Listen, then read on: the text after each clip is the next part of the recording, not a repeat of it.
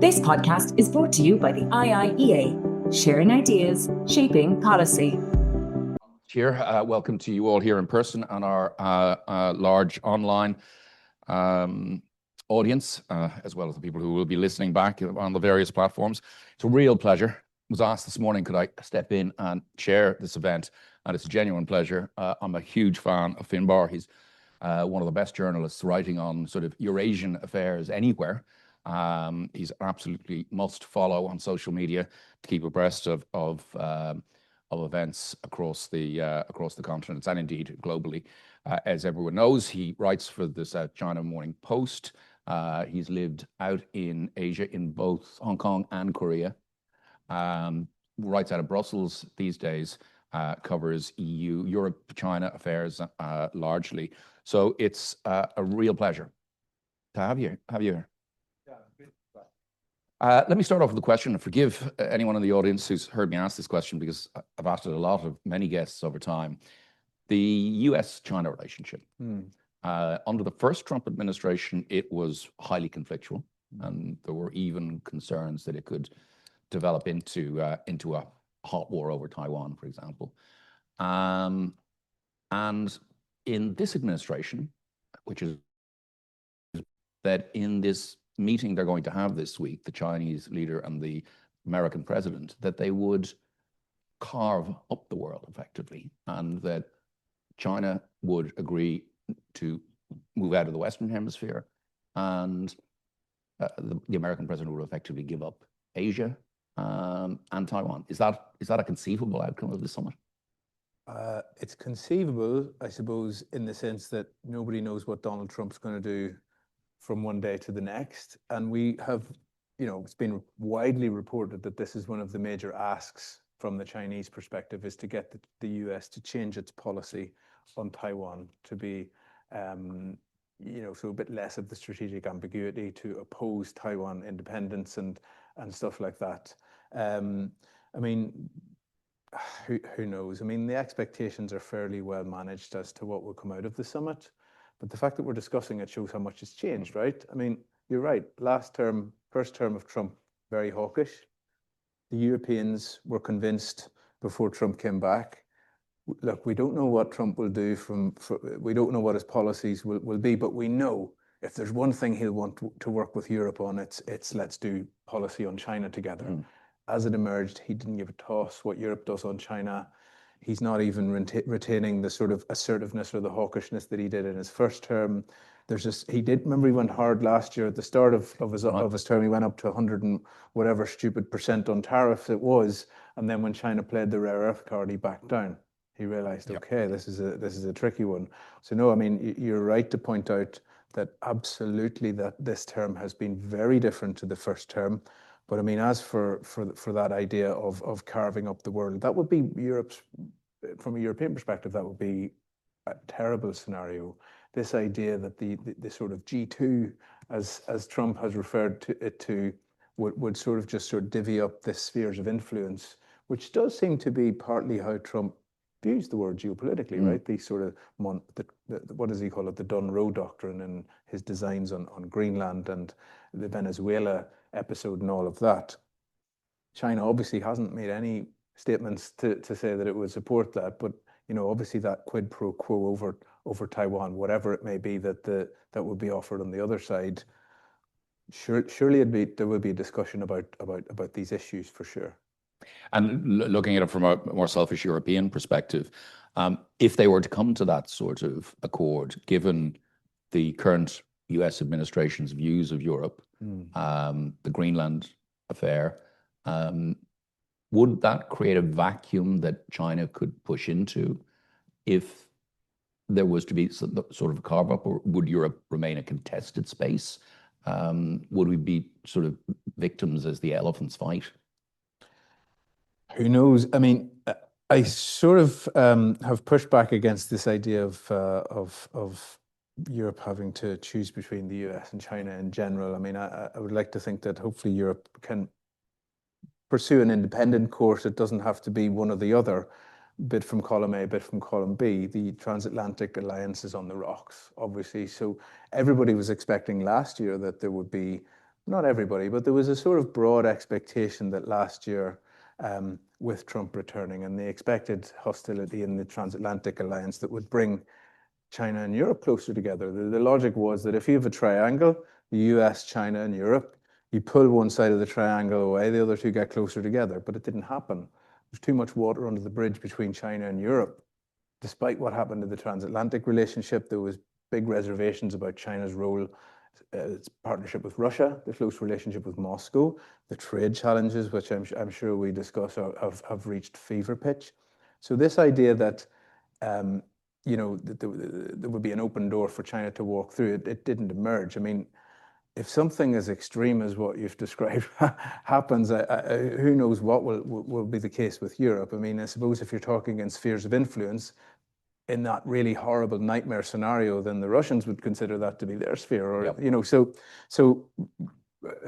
who knows? I wouldn't. You know, they don't pay me enough to know what would happen in that particular scenario, but I'm sure it wouldn't be very welcome anywhere in Europe, really. Well, I suppose with all matters amongst the member states and the countries of Europe, there's some heterogeneity of views.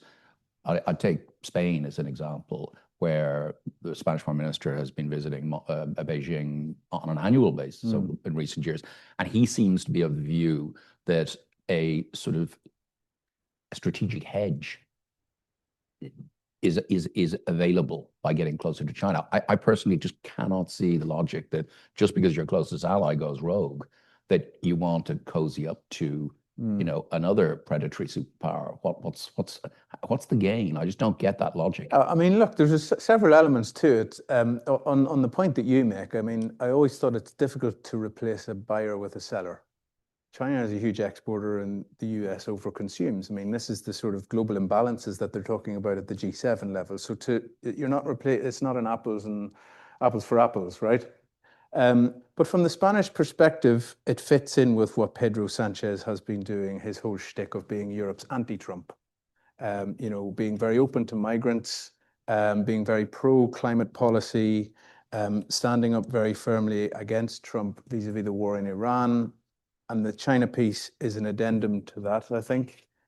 It's not universally popular in Spain. It's certainly not universally popular in Europe. You know, Europe is trying to, you know, Spain is very open to Chinese investments, and Europe is trying to condition that. The EU is trying to put conditions on that. And the sense is that the more open the likes of Spain and Hungary have been, the more difficult it will be to put that genie back in the bottle.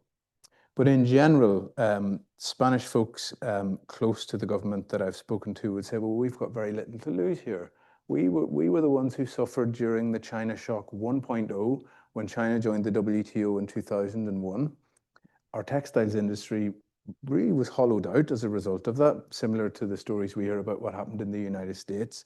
And where were the Germans when that happened? They didn't give a toss what happened here, and now they're complaining because their industry is in the firing line.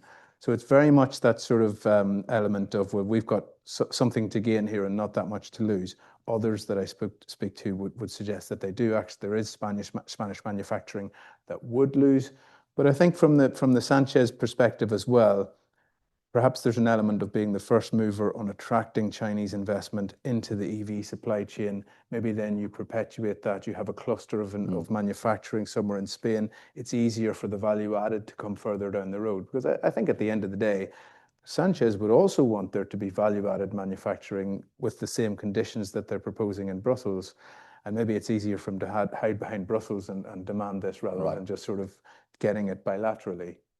And in terms of just the spectrum of countries, you know, you mentioned Hungary, obviously the government has changed there. They were very close to China, Spain. Do you see other countries that are more China focused, or how have positions shifted? How has the center of gravity shifted towards China in recent years? It's really fluid, actually. I was thinking about this recently. You know, for the last several years, let's say 5, 6 years, you've had a fairly constant block of countries that are quite hawkish towards China. I put in that basket, in particular, Lithuania and Czech Republic, Czechia. Both of those are a bit more up in the air now.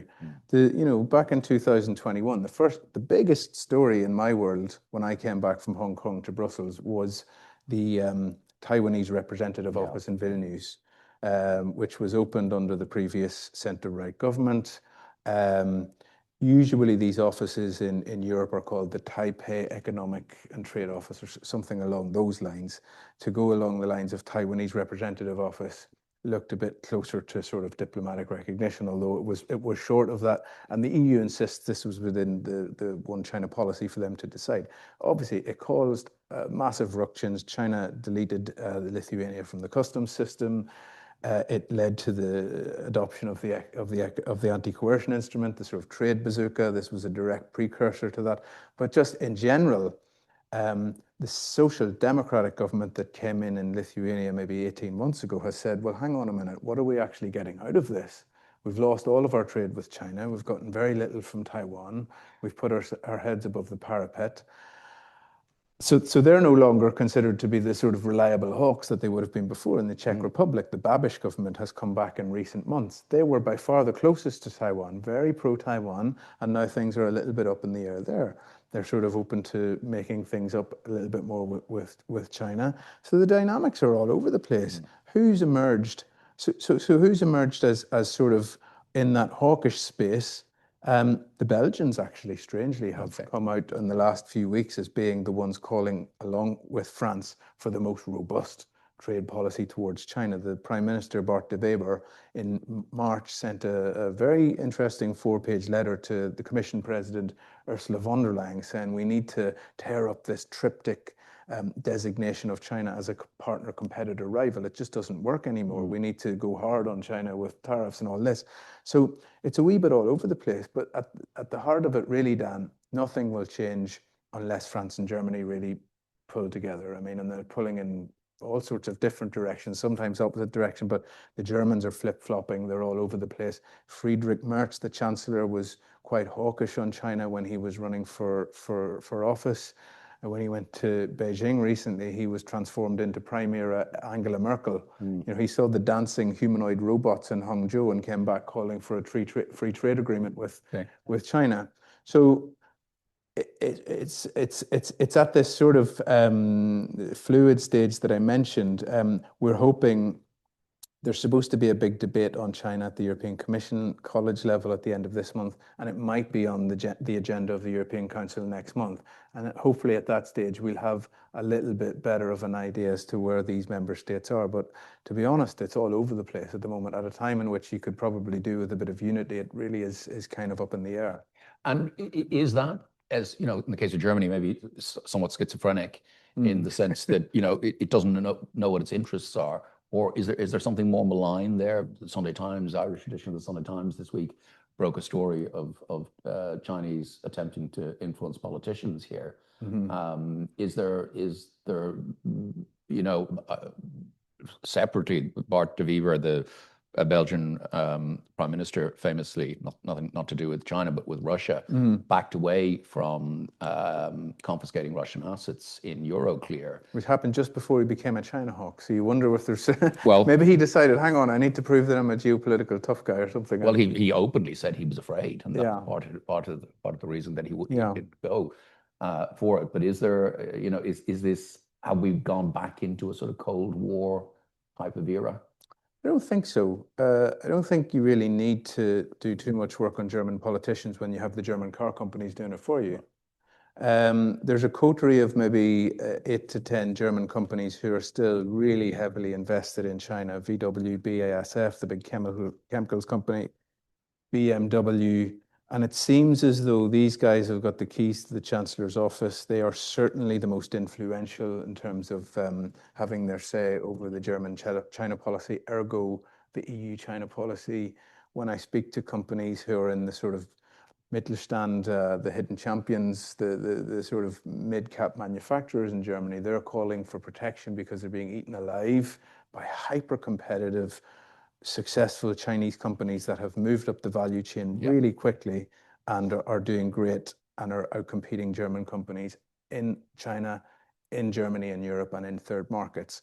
But to be honest, it seems as though these guys, the bigger companies who are heavily invested in China, who are manufacturing in China, they seem to be the ones who have the most influence. So I mean, I don't know you see all these stories floating around about sort of Chinese influence operations and so on. I mean, sometimes it may be just a bit more simple than, Yeah, than yeah. that. And just in terms of European interests, like our EU exports to China are falling and have been declining as we get squeezed out of that market, both because of competition, because China's moving up the value chain. You know, the BYD has just come out of nowhere as a major car company. Are you getting a sense that, you know, European companies are not making as much money out of China and are getting squeezed out? And, you know, are they just sort of desperate to maintain something? Or is there a realization that, you know, between the level of competition and the ambition of China to reduce any sort of foreign involvement dependency, that you know, they really don't have much of a future with China? Suppose there will always be some role for European companies in China. The message I hear from them is that you get a smaller slice of a bigger pie. The economy is still growing. Companies are still making money there. A lot of companies are. But yes, they're being squeezed out. These Chinese car manufacturers, as you say, have sort of come out of nowhere. You know, if you're looking at it from where we're sat in the world, how many of us had heard of BYD 5 years ago? You know, and now they are the biggest selling car in the world. I saw plenty of them on the road this morning in Dublin, and you simply wouldn't have seen them several years ago.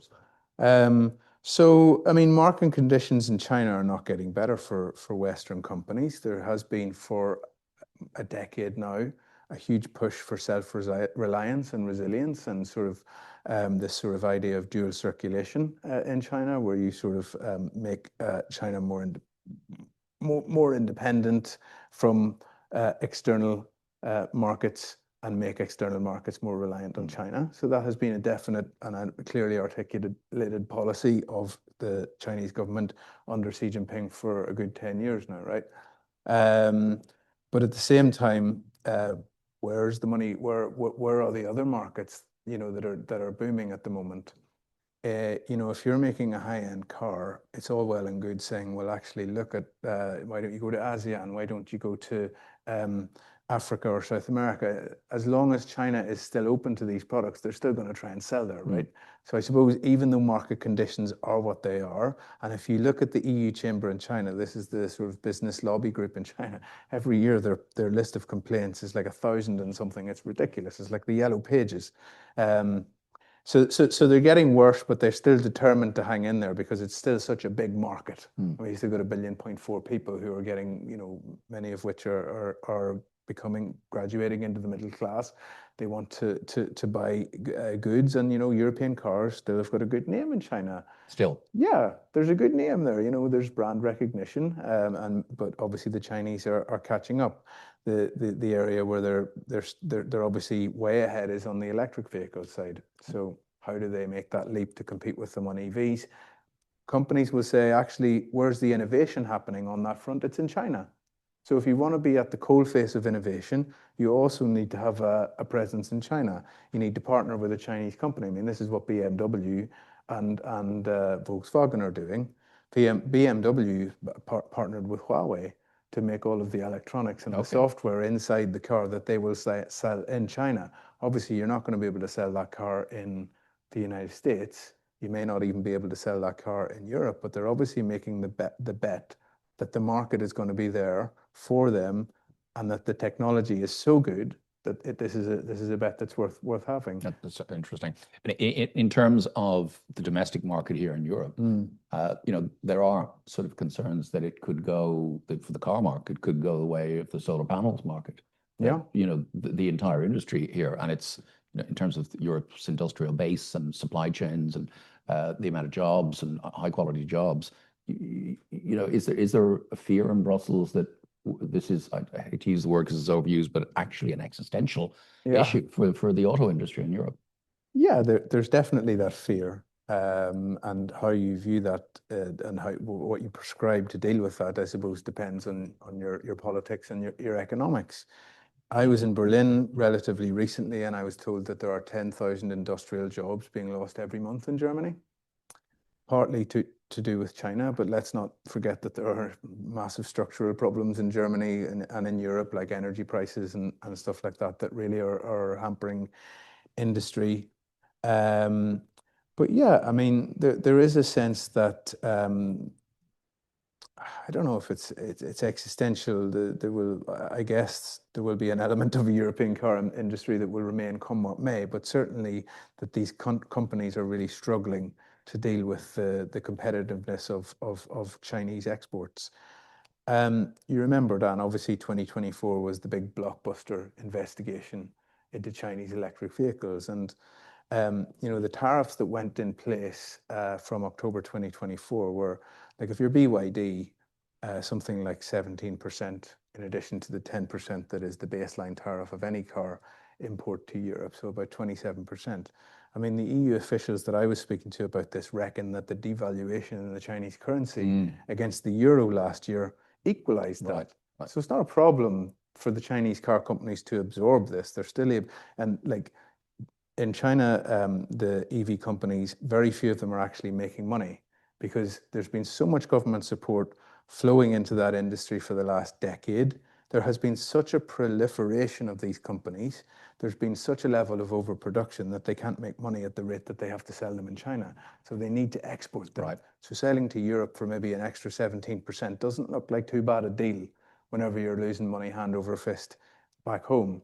So they're still coming at a high rate. I remember the day that those tariffs were announced, I was texting somebody from Chinese industry, and I said, "What do you think of these tariff rates?" And I said, "Well, actually, we'll probably just flip to selling plug-in hybrid electric vehicles instead, because they are sold without they are not subject to the EV duty. So you've seen like a 1,500 or something like that % increase in the shipments of those in the first quarter of this year compared to the first quarter of 2024, so 2 years ago." So look, there are definite concerns about what this means for the European car industry.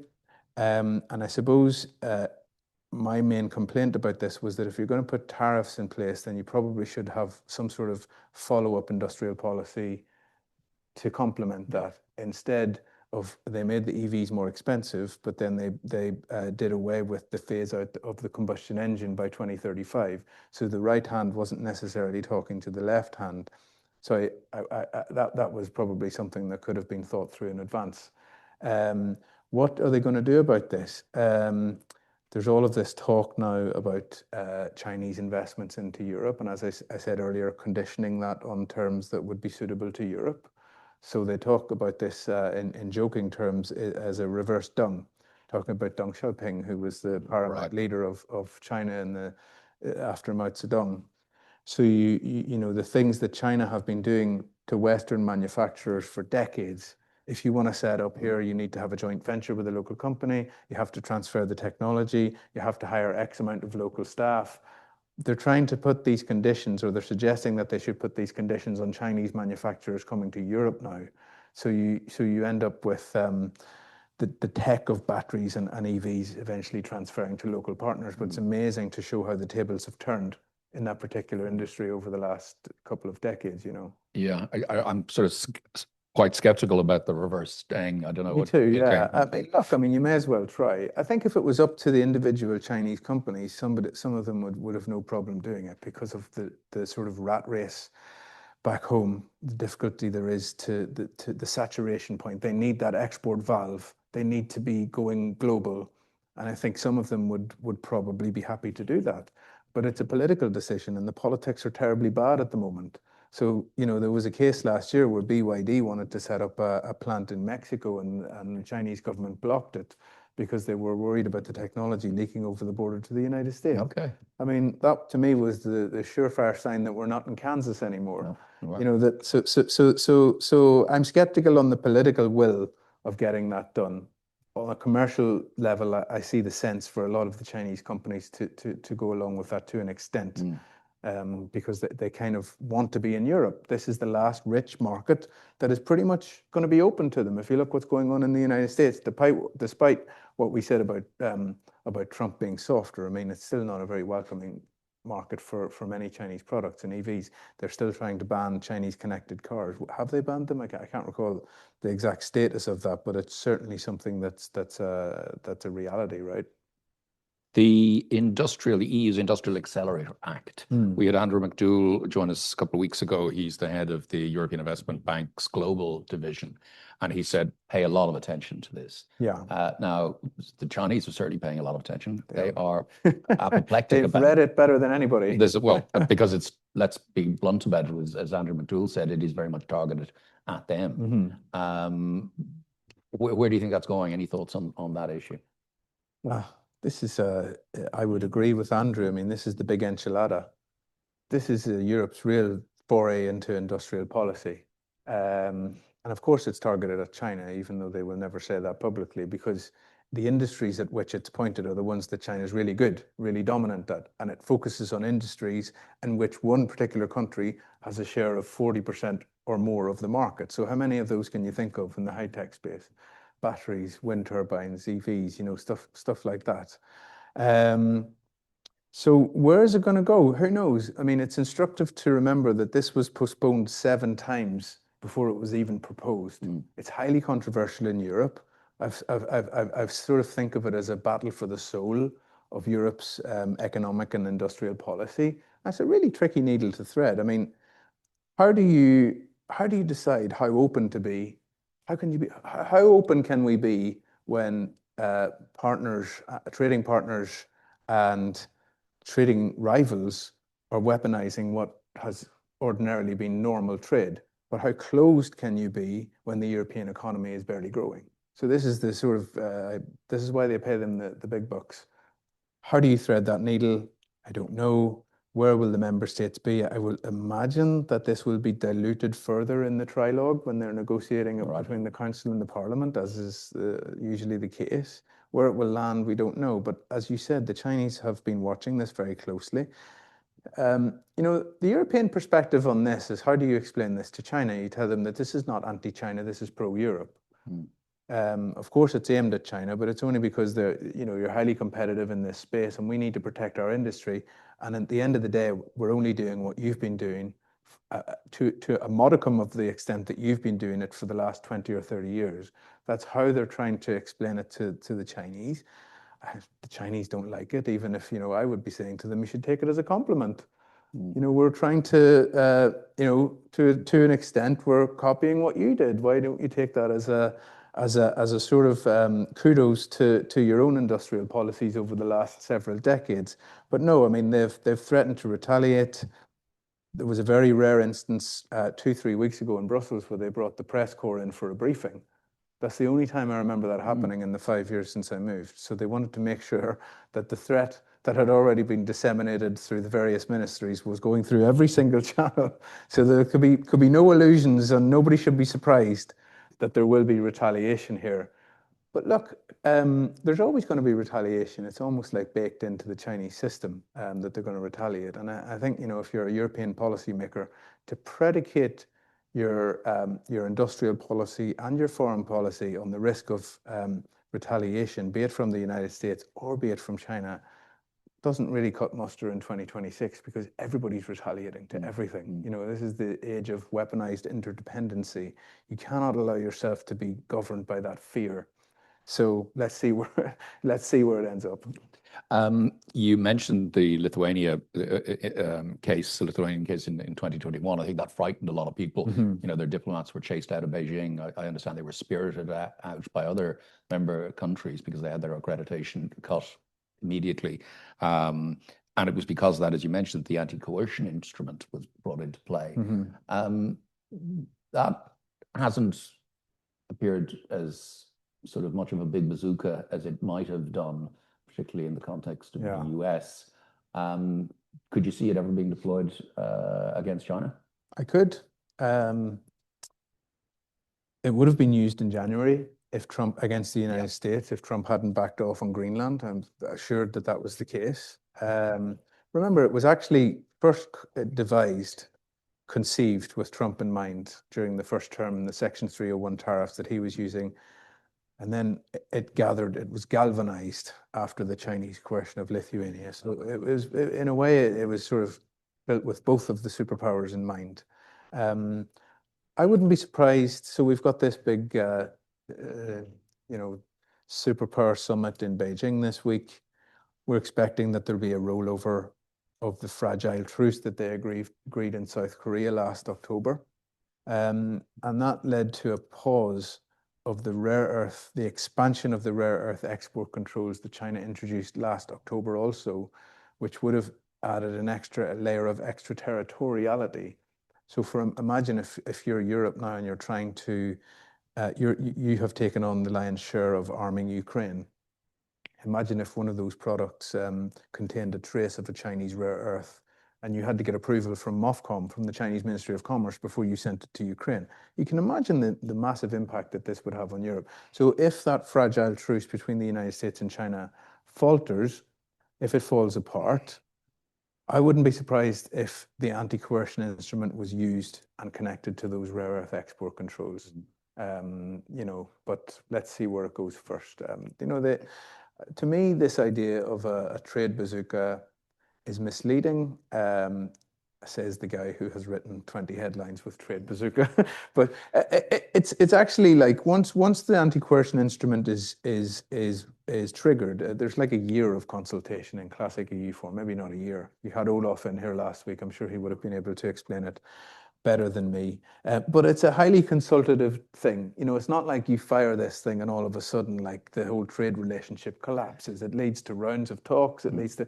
So I think that the smartest thing to do, and should have been done last year, is to sort of use it and desensitize, to sort of like take the mystique away from it, because people are afraid to use it now because they've all swallowed this idea that it is a trade bazooka and that the moment you shoot it, there's no going back. But that's not really true. It's more like a sort of spud gun or something like that. Something we shouldn't be afraid to use, I suppose, because if you're going, they keep talking about making new instruments in Brussels, but they're afraid to use the ones that they already have. May as well fire it and see what happens, right? Says the journalist. So this kind of gets me thinking about Europeans being afraid to take measures. It really has surprised me since 2022.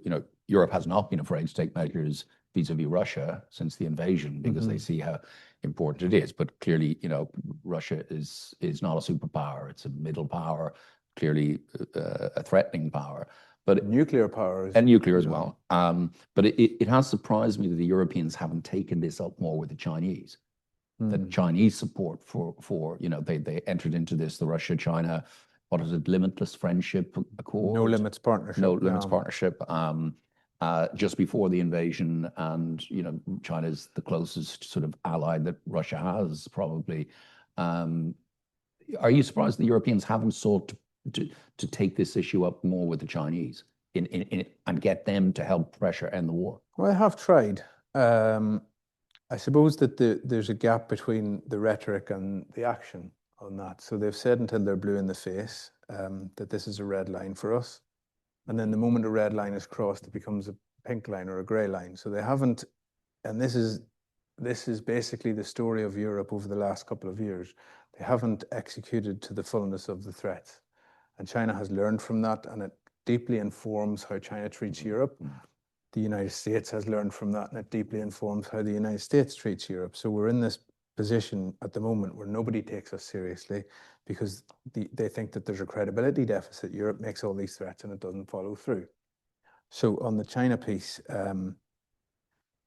yeah, I mean, there has been several instances in which they have sort of said, well, this element of support for Russia would be where we draw the line. So, for example, they said the direct arming of Russia would be where we draw the line. We had a story maybe 18 months ago about how there was a drone factory in Xinjiang making drones for the Russian military. We were briefed by several member states on this, and it was looking like it was going to be a big story.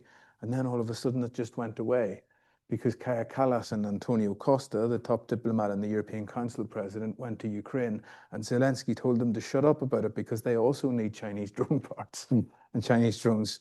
So that was one element of it. But yeah, I mean, I think, having all these red lines that you eventually don't become red lines and dead lines that you sort of let slip. So I talked to an EU official recently who said, no more red lines and dead lines. That's our new policy, because when we don't stick to them, it just makes us look weak. Have I been surprised that they haven't prosecuted it to the full extent? I guess I have, because I always thought that the Ukraine issue was the one thing that was kind of existential for Europe. It was a very awkward one for China in the early days of the war. There was a sort of sense of they didn't know how to explain this to the European interlocutors. They didn't quite understand what a big issue it was for Europe. This is a common feedback that you had from European officials who would have engaged with China. I remember interviewing the Chinese ambassador to the EU shortly after he arrived in Brussels late in 2022. And he said to me about 10 minutes into the interview, "Why do you keep asking me about Russia? Stop asking me about this. I'm the ambassador of China." And I says to him, "Ambassador, if you're fed up of questions about Russia after 3 weeks in Brussels, it's going to be a very long stay for you, because this is all anybody cares about." But yeah, they haven't been willing to go as far as some people maybe thought.